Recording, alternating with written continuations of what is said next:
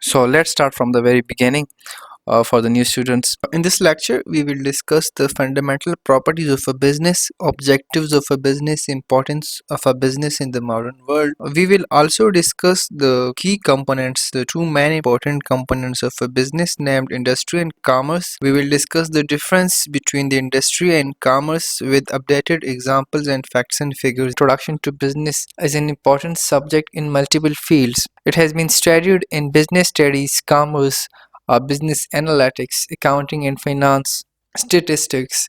We also studied it in economics as well. What is a business? The literal meaning of a word business is the state of being busy. If someone is performing an activity and there are some fundamental conditions, if his or her activities fulfill that conditions, we can say that he or she is performing a business. Technically, what does business mean? The business means all the industrial and commercial activities that provide goods and or services to the people and are undertaken for profit. From the definition, we see that there are two main activities in a business, the industrial activities and the commercial activities.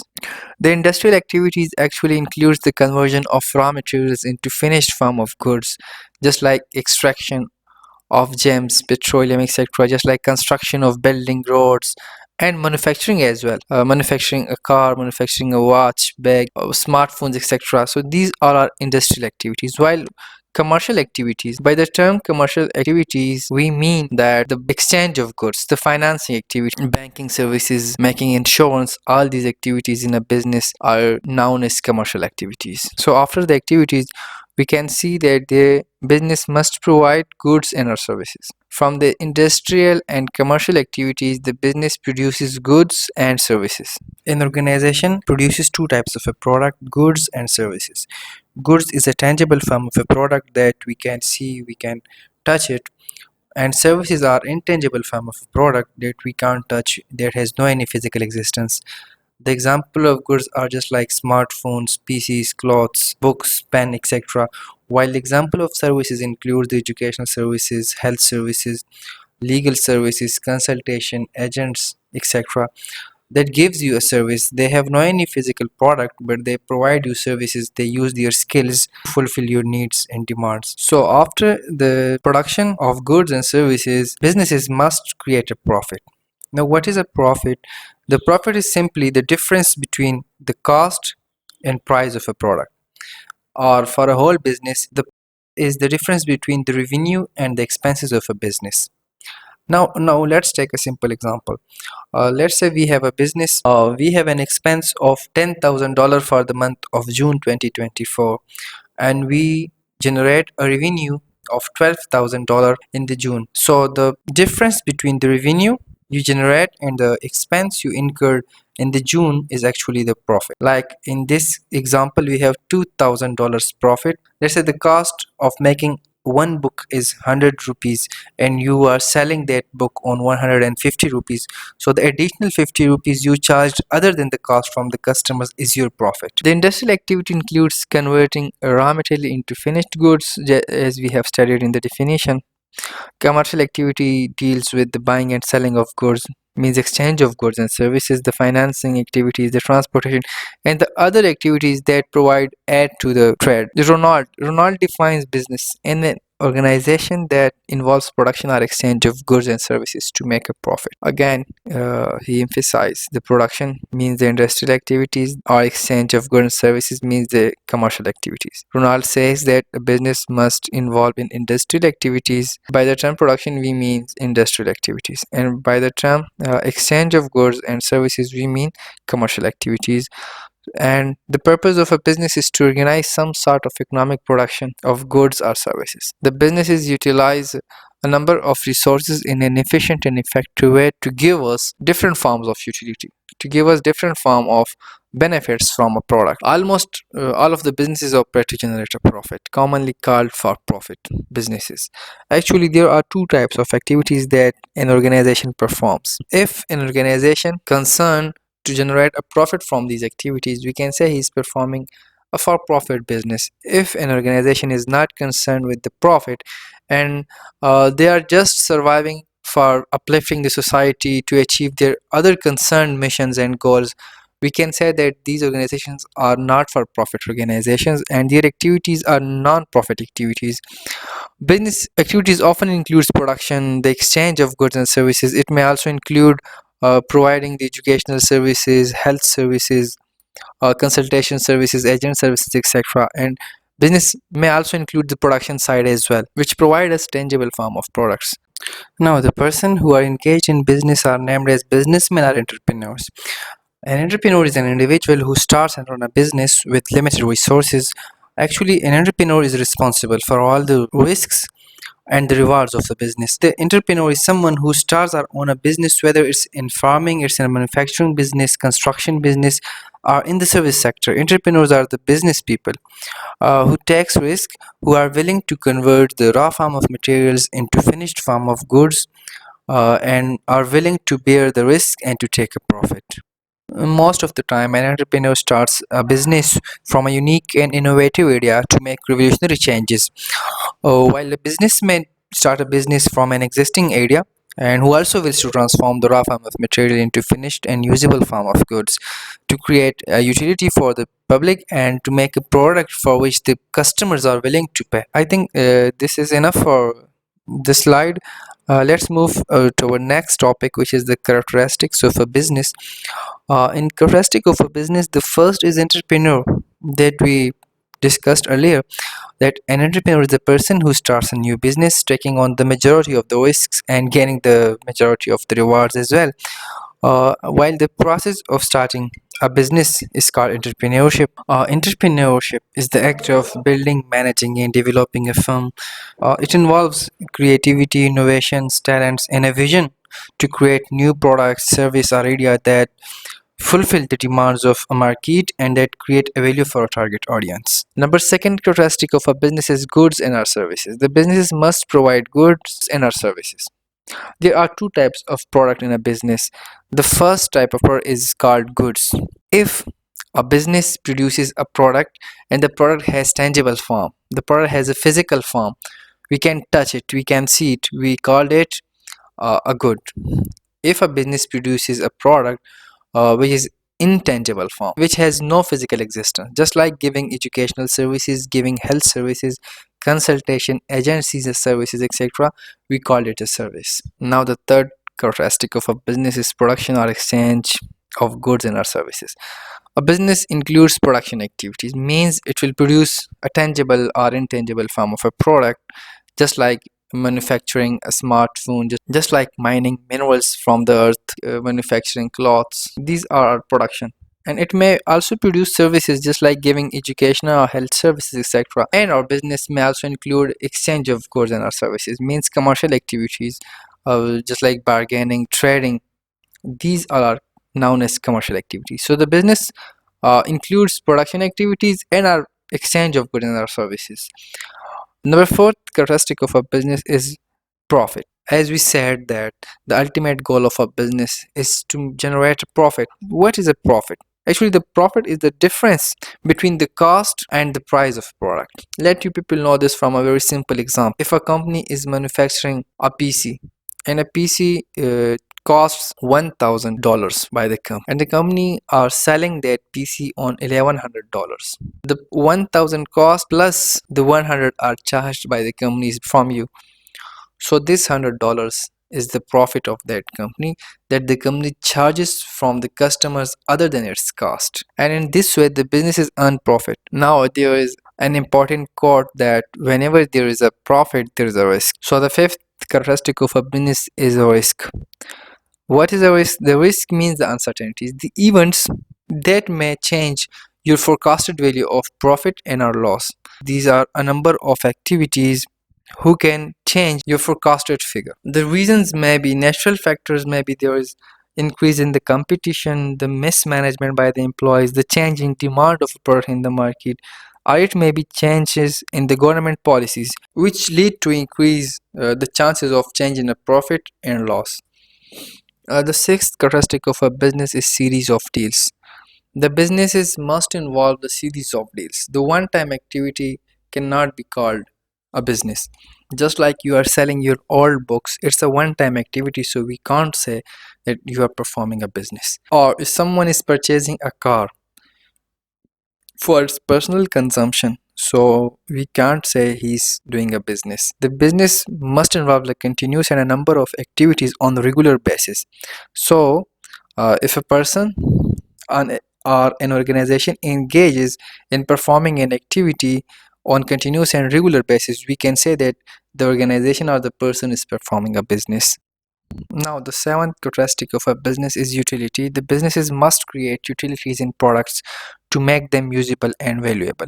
Now, what is a utility? Utility actually refers to the satisfying power of a commodity. It is the capacity of a commodity to satisfy the needs and demands of a customer. Just like the power of a bread to satisfy hunger, the power of a book to satisfy the desire for knowledge. Now, there are multiple forms of utility. The farm utility is created when the raw form of goods are converted into finished and usable goods. At first, the form of materials are not usable and that cannot satisfy our needs and demands. So the businesses convert that raw form of material into finished form of goods that we can use easily and that may satisfy our needs and demands. So we can say that farm utility is created. When the goods are placed near the customers that you can purchase easily, we can say that place utility is created. If the people can quickly and easily purchase the product whenever they need it, so we can say that time utility is created. Now let's move to the importance of a business in the present world. I think we should have a short break of 5 minutes. After that, we will discuss the importance of a business in the present world. Okay, and the importance of a business in the present world. First, here mass production. By the term mass production, we mean producing the products in a huge volume. The global trade has opened the doors for the businesses to trade with the whole world easily and effectively. Now, the use of modern technology, the availability of robots, automatic machines, utilizing the updated techniques, and the more convenient supply chain availability to the businesses has strengthened the capacity of a business to produce a huge volume of products. They can now purchase and sell their products everywhere. The second is large market. The second is large market. As we discuss global trade, the international trade has opened the ways for the businesses to purchase and sell their products everywhere in the world. So the international trade has enhances the business capacity to a large extent. The online platforms enable the businesses to communicate their product with a large population. They can now convey their messages, their company's missions and vision goals, their products, the efficiency and effectiveness of their products to the large people, to a large number of people. By utilizing online platforms, they can now collect the customer responses. They can now make deals online by utilizing online platforms. So it enhances the capacity of a businesses to a large extent. The social media marketing does the same job as well, and the businesses now have the customers around the world, which increases their market. It means that the businesses can now sell their product to a large number of people, which enhances their profit figure as well. The next point is fast communication and transportation channels. The effective communication and transportation channels are crucial for businesses to operate efficiently and competitively in today's global market. The communication channels provide various benefits to the businesses, just like it enhanced collaboration, it improves the customer services, it increases the efficiency of a business, it helps the businesses to connect it with the international customers, suppliers, and partners. It provides competitive advantage to the businesses. Similarly, the transportation channels also have a number of benefits, just like it ensures faster delivery of the goods and services, and it increases the accessibility of the businesses. It reduced costs for the business. It is also one of the important factor for the economic growth of the businesses. There are a number of communication channels that we use, just like verbal communication, non-verbal, written communication, visual and digital communications as well. There are a number of technologies that has enhanced the communication and transportation channels for the businesses, just like cloud computing, artificial intelligence, mobile devices, blockchain, logistics software, the delivery channels, improve infrastructure, the advanced information technology, and the online platforms as well. All these factors helps the businesses to communicate and transport their products efficiently and effectively. Let's move to the fourth point.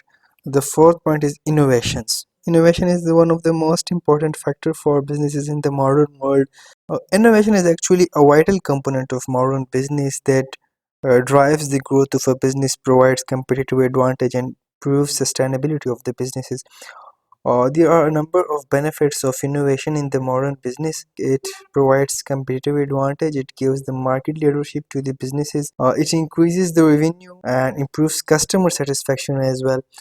The modern goods and services in the world, the new designs and features of a product, the variety of demands by the customers for a product, and the high quality products and the reducing cost of production has proven the innovation has been one of the most important factor in doing businesses in the modern world. We have fifth point, employment. The businesses in the modern time provide a number of employment for the people. There are a number of jobs, a variety of jobs, starting from the upper level job, just like the technical jobs, the director executive job goes through a number of levels till the gatekeeper driver. The modern business has also provided the opportunity of indoor and remote jobs, the jobs from your home. You can do the jobs from your home as well. There are various categories of people, just like carpenters, drivers, vocational trainers, motivational speakers, psychologists, skilled people, laborers. So the business provide job for people of all categories. The the modern businesses has helped the people to perform multiple jobs during same time period.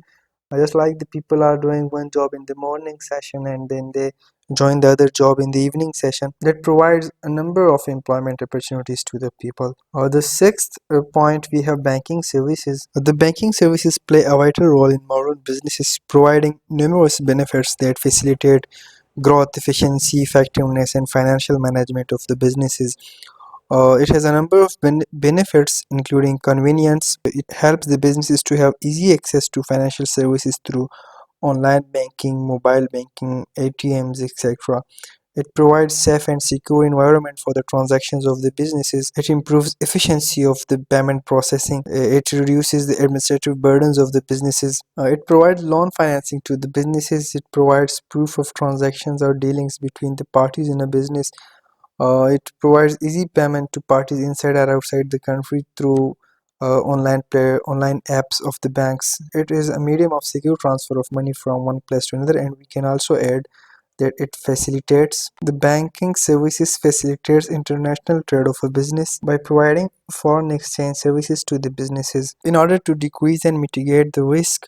The businesses in the modern time now has the facilitation of insurance services as well, that assists the businesses in disasters like flood, fire, theft, earthquake, etc. The businesses in the modern time have improved the standard of living of people. It provides higher incomes to the people. It facilitates the people by providing them modern facilities, innovative products, creativity in the products and services. It also improved the health, education, and communication as well as transportation channels of the world. The modern businesses have significantly contributed to improving the standard of living globally, offering numerous benefits, including job creation, increasing income, economic growth of the countries and of the people, the poverty reduction, and the improvement in infrastructure. Businesses in the modern time has brought modernization in the world. It provides modern goods and services, updated techniques and processes for the businesses. It ensures the high quality life of the people, and it plays a role in the globalization in the world. It confirms the digital transformation. It causes innovation, sustainability, and has changed the consumer behavior as well. The modernization in industries like technology, healthcare, finance, retail, manufacturing, etc., has improved the techniques and the processes used in the businesses to a larger extent. Okay, now we have a short topic, exclusions from the businesses. A number of activities which are not undertaken for profit. These type of activities are performed just for giving social services to the society. The objectives and the aim of these type of activities are other than the profit. That's why these type of activities are excluded from the business. We have categorized these type of activities into four categories. The first is social services, just like charities, free education services, free consultation services, free agency services, or health services, etc. These type of activities are not undertaken for profit. But they have some other goals and objectives, just like uplifting the society, to give social services to the society, give free services to the rural in rural and remote areas, etc. The second is religious activities. In Islam, we pay sadaqah, we pay zakat, etc.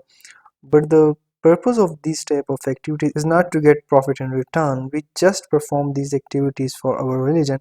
So these type of activities are excluded from the business. Then we have personal expenditures. Then we have personal consumption. Personal consumption means the purchase and use of goods and services by individuals or households for personal or family use. These type of consumptions are not included in businesses, just like purchasing food, clothing, shelter, healthcare, etc. And in the last, we have illegal activities. Of course, illegal activities cannot be called a business. There are a number of illegal activities like money laundering, corruption, bribery, embezzlement, counterfeiting, hacking, human trafficking, wildlife trafficking, arms trafficking. Now we have the objectives of a business. The objectives of a business refers to the specific goals and targets it aims to achieve in order to succeed and grow. These objectives can vary depending on the type of business, industry, and strategy, but they typically include profitability, customer satisfaction, to increase market share and competitiveness, to expand business operations and growth, to ensure long-term sustainability, to have quality leadership, to encourage research and development, innovation, etc. All these are some of these may be the key objectives of a business. Now we have categorized these objectives into four categories. The first, we have economic objective. The business may aim to increase the profit, or it may aims to develop markets, making innovations, efficient and effective use of factors of production may be the objective of a business. The social objectives include providing employment to the people, to have improvement in the living standards of the people, providing quality goods, to have social peace and equality in the society, to reduce pollution and climate change. All of these are in the class of social objectives of a business. Then we have the third category, human objective. The human objective includes the increasing wealth of shareholders. A shareholder refers to an individual or legal entity that is registered by the corporation as the legal owner of shares of the share capital of a public or private corporation. It may also aim to gain welfare of employees, providing advanced products to the people, providing high quality products that have low cost and have low price. These all are in the class of human objective for business. Then we have national objective for business as well. Numerous businesses exist to achieve national objective as well. These may be increasing the exports of the country by producing quality goods, by increasing the production within the country to increase the exports to deliver the products to abroad. The next objective is decreasing imports. The businesses of a country can decrease imports as well by providing quality substitutes to the public. The cooperation with the government by paying taxes, providing employment, and taking part in the other social activities, improving foreign exchange reserves, solving the problem of current account deficit. All these are the national objectives of a business. Now, what is the importance of business objective? The business objectives provide direction and motivation to the management. It helps in resource allocation, performance measurement, etc. It is also one of the important component in providing the competitive advantage to the businesses. So this was all about the objectives of a business. Now let's move to our next topic, which is the components or divisions of a business. Okay, Ji, let's recall the definition of a business, which says that business involves industrial and commercial activities to produce goods and or services and to earn profit. So, from the definition, we come to know that there are two main activities of a business: industrial activities and commercial activities. The industrial activities involve the production and processing of goods and services, while the commercial activities involve the buying and selling of goods and or services and other activities that facilitate the trade between two or more than two parties for their mutual interest. So, the business activity are divided into two components: industry and commerce. Now, the industry is a business activity that involves the conversion of raw materials into finished or semi-finished form of products, while commerce involves the direct or indirect distribution of products to the customers. In sum or in conclusion, we can say that industry produces goods and services while commerce aims to distribute them efficiently and effectively. Now, what is industry? The industry is a business activity that involves the conversion of raw materials into products. It involves production, extraction, construction, processing, etc. Purpose of industry is to generate farm utility. By the term farm utility, we mean that the business converts raw and non-usable form of materials into usable and finished form of goods. An industry may produce consumer goods or capital goods. Consumer goods are those which are directly utilized by the user. Consumer goods include clothes. You buy clothes for yourself, or shoes, smartphones, and so on for your personal consumption. All these goods are called consumer goods that we purchase for our personal consumption. But if the business purchases generators, transformers, computers, trucks, ships, etc., all these are capital goods because the businesses use them in the process of production or in the delivery of services to the public. Then we have intermediate goods, which are also called semi-finished goods. These are products or services used as inputs in the production of other goods or services. They are partially processed or manufactured, and they require further transformation before becoming finished form of goods. Example of intermediate goods include cotton, steel, wheat, crude oil, metal sheets, chemicals, food ingredients, electronics, textiles, engines, etc. These all are intermediate goods. After this, we have the types of industry. The first, we have manufacturing industries. Manufacturing industry converts raw materials or semi-finished products into finished products such as smartphones, cars, clothes, etc. These are the products of manufacturing industries. The manufacturing industries adds value to raw materials by converting them into useful products. For example, turning cotton into fabric. Or let's say take an example of a car manufacturing company. A car manufacturing plant uses different types of metals, plastics, and other materials to produce vehicles. So the manufacturing industry performs the function of value addition. It provides employment to the public. It is one of the important component of export earning. We can export the products of manufacturing industry, just like smartphones, cars, electronics, clothes, etc., which increases our export value by including a number of features, a beautiful design, and a number of functions in a product. Then we have constructive industries. Constructive industry utilizes a number of products and constructs specific products such as construction of roads, buildings, dams, etc. Constructive industries are sectors that focus on creating and improving infrastructure, buildings, and other physical structures. These industries play a crucial role in economic development, urbanization, and quality of life. Now, the constructive industries improves infrastructure. It often builds a large product like building, commercial residencies, etc. It provides employment to a large number of people. It improves transportation and communication channels. We can also add urbanization in this as well. It is also one of the important function of constructive industries for development of areas. We can also add environmental sustainability. Environmental sustainability. ये क्या लिखा मैंने? Environmental sustainability. Now it's okay. अब भी गलत. So we can also add environmental sustainability as one of the important factor in the constructive industries.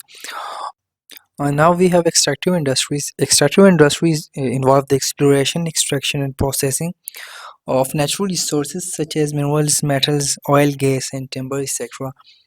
Extractive industry involves the extraction of petroleum, minerals, metals, gems, and other vital materials from below or above the surface of the earth. These industries provide raw materials to the other sectors of economy. For example, coal mining provides fuel for energy production and steel manufacturing. These industries provide a huge support to local and global economy. Let's say for example, the Saudi Arabia exporting oil to the other countries, and it generates a huge amount of foreign exchange for Saudi Arabia. Harvesting fish and other seafood from oceans and freshwater sources contributes to a country's export. So, mining for minerals, drilling for oil, quarrying for stone, forestry and logging, fishing and aquaculture, quarrying, etc. All these are the activities of the extractive industry that provides economic growth, energy security, job creation, and resource development in the country.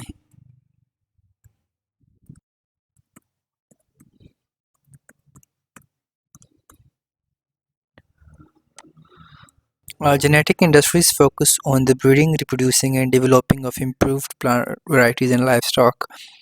These industries use biological processes and genetic sciences to improve or multiply specific species, making them essential in sectors such as agriculture, animal husbandry, and horticulture. So, genetic industries involve the application of genetic science and technology to develop innovative products, services, and solutions. Industries has a lot of importance in modern world. It improves healthcare outcomes. It increases the crop yields.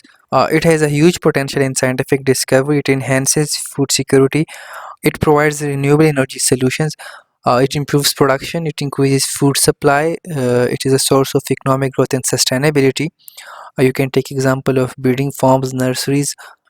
Genetic industries are crucial for modern agriculture, food production, and even environmental conservation. By applying science and technology to improve plants and animals, these industries meet customer needs, support sustainable practices, and enhances the economy's agricultural and pharmaceutical sectors.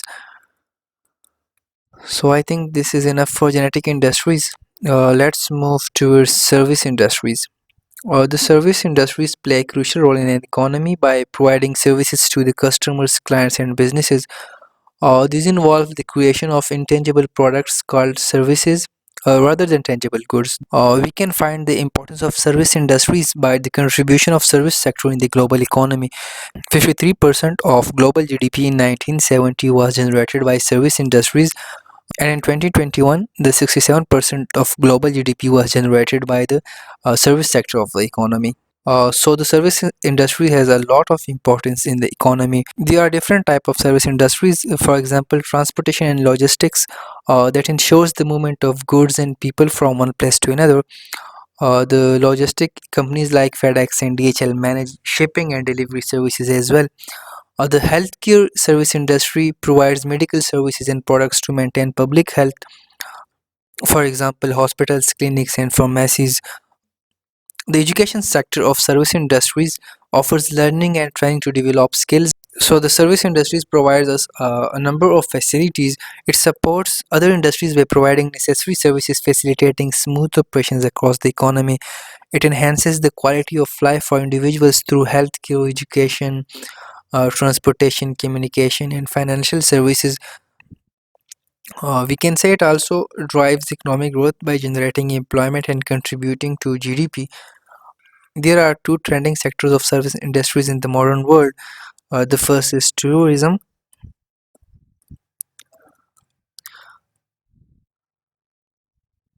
education sector, and there are other sectors as well that we discussed earlier. Let's find up this topic. I think we have learned enough about industry. Now move towards uh, what is next topic? The next topic is commerce. Now, what is commerce?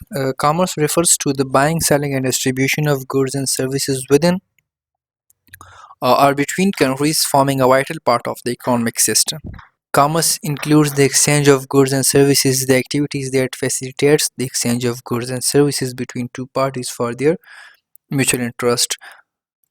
Now, the important function of a commerce is that it serves as a link between production and consumption. There are two types of commerce: traditional commerce and e-commerce. Traditional commerce involves physical buying and selling in marketplaces, like a customer purchasing groceries at a local supermarket. Then we have e-commerce. Conducting e-commerce means conducting trade through digital platforms, enabling global reach and ease of transaction. For example, shopping on Amazon or booking a service on Uber, Careem, etc. Now we have components of commerce. Commerce is divided into two main components: trade and auxiliaries to trade. A trade refers to the exchange of goods and services between buyers and sellers for their mutual interest. The buyers and sellers of these services may be the individuals, businesses, organizations, or countries. Then trade includes internal trade and external trade. We have two main types of trade: internal trade and external trade. Internal trade means trade within the borders of a country. It means the exchange of goods and services between individuals, businesses, or organizations or within the same country. For example, a carpenter selling his furniture in the local markets, a local farmer selling vegetables to a grocery store.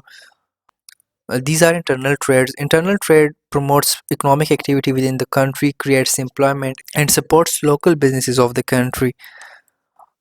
In the internal trade, then we have two types of trade: wholesale trade and retail trade. Wholesale trade involves buying goods in larger quantities from producers and manufacturers and selling them in smaller quantities to retailers. A wholesaler plays a role of a link between the producers and the retailers. For example, a wholesale distributor purchasing a large shipment of electronics from a manufacturer and selling smaller batches to various retail stores across the country. Or, for example, we purchase 10,000 copies from the producer and then we distribute these copies in various quantities into retailers. Then we have retail trade. Retail trade involves selling goods in smaller quantities directly to the end consumer, typically in shops, stores, or online platforms. For example, like local grocery stores selling fruits, milk, and bread to customers in the community. The retail trade is a type of trade in which the retailers purchase the product from the wholesaler or the producer and then they resell that product to the end consumers or the customers. Now we have the second main type of a trade, which is external trade. It is also called foreign trade or international trade. External trade occurs between two or more than two countries. External trade means the exchange of goods, services, or resources between two or more than two countries. External trade involves the exchange of goods, services, or resources between countries. For example, an electronics company exporting smartphones to other countries. It allows countries to access goods and services that may not be available domestically. It strengthens international relations, expands market opportunities, it increases efficiency, competition, innovations. It also creates jobs for the public. Although the external trade has a number of benefits, but it faces a number of barriers as well, like tariffs, quotas, and embargoes, etc. Let's move towards the type of external trade. There are two types of external trade: import trade and export trade. Import trade involves purchasing goods or services from foreign countries and bringing them into the domestic market. For example, Pakistan importing oil from Saudi Arabia or importing gas from Iran. Pakistan imports electronic devices from Japan and Germany, etc. The United States importing coffee from Brazil. These are all the example of import trade. Alongside with its disadvantages, the import trade has also a number of advantages for the country. For example, it provides access to new markets, it improves supply chain, you can say it improves efficiency and encourages innovation through access to new technologies. It also makes us able to have products, goods or services which cannot be produced in our own country. We can import these goods or services through different channels. Then we have export trade. Export trade involves selling domestically produced goods or services to other countries. For example, Pakistan exporting fruits to other countries, Japan exporting cars to the United States, France exporting luxury perfumes to various parts of the world. All these are the examples of export trade. Export trade also have a number of benefits. Alongside with providing competitive advantage and encouraging innovation, research and development, the export trade also stimulate economic growth by generating foreign exchange. It creates jobs for the people. It increases the revenue of businesses and governments. It increases the foreign exchange reserves of the country. It helps in raising the global image of the country. So export trade has a number of benefits that we discussed. Then we have third type of external trade as well, with which we people are not too much familiar. It is called third world import trade, or we can also call it re-export trade. This is when goods are imported from one country, stored or repackaged, and then exported to the other country without significant modifications. The example of re-export trade is like Singapore. Singapore imports raw lemons from Africa and then repackage them and then they export them to the US markets. So this is a third type of external trade which is called re-export trade. Now let's move towards the auxiliaries to trade. Auxiliaries to trade are services and institutions that support trade activities, making our transactions efficient and convenient. Auxiliary trades are also called facilitators of the trade or aid to trade. These auxiliaries facilitates our trade by reducing transaction costs, enhancing efficiencies, improving compliance of the transaction. It also helps us in mitigating different types of risk. we have a different type of auxiliaries. The first we have transportation. Transportation means moving or delivering the goods from the seller to the buyer. For example, using trucks to transport fresh produce fruits from farms to supermarkets. The second we have warehousing. Warehousing is a place where we store goods until they are sold. For example, the Amazon's warehouses where products are stored before they are shipped to customers. It ensures the security and safety of the products. Then we have banking and finance services, which provides financial support and payment facilities to the businesses. It provides loan to the people and the businesses. It helps us to have easy and quick access to money, to make transaction easy and quickly. Then we have insurance. Insurance covers risk and protects against loss or damage. For example, a shipping company insuring cargo against theft or damage. After insurance, we have service of advertising. Advertising promotes products to increase awareness and demand. We have a number of types of advertising activities, including social media advertising, newspaper advertising, billboards, etc. So these activities communicate our product to the people. Then we have communication. Communication facilitates interaction between buyers and sellers. It increases the speed of communication between the two parties. It provides the facilities of easy and quick communication between the two parties in the trade. Now we have importance of commerce. First of all, one of the core importance of commerce is that it facilitates trade. Commerce helps in smooth exchange of goods and services both domestically and internationally. It supports economic growth, encourages production, employment, and income generation. Commerce also creates employment opportunities to the people. It provides utility by enhancing the value of products by making them available at the right time and right place. It promotes globalization. It maintains a balanced economy. Alongside with all of these benefits, commerce also enhances competition and innovation in the economy. It facilitates international trade. It promotes international relations, encourages foreign investment, and as we know that it offers access to goods and services. So this was the last topic of our lecture. I hope this will be a useful lecture for all of you. If you people have any question, you may ask me. Best of luck and thank you so much.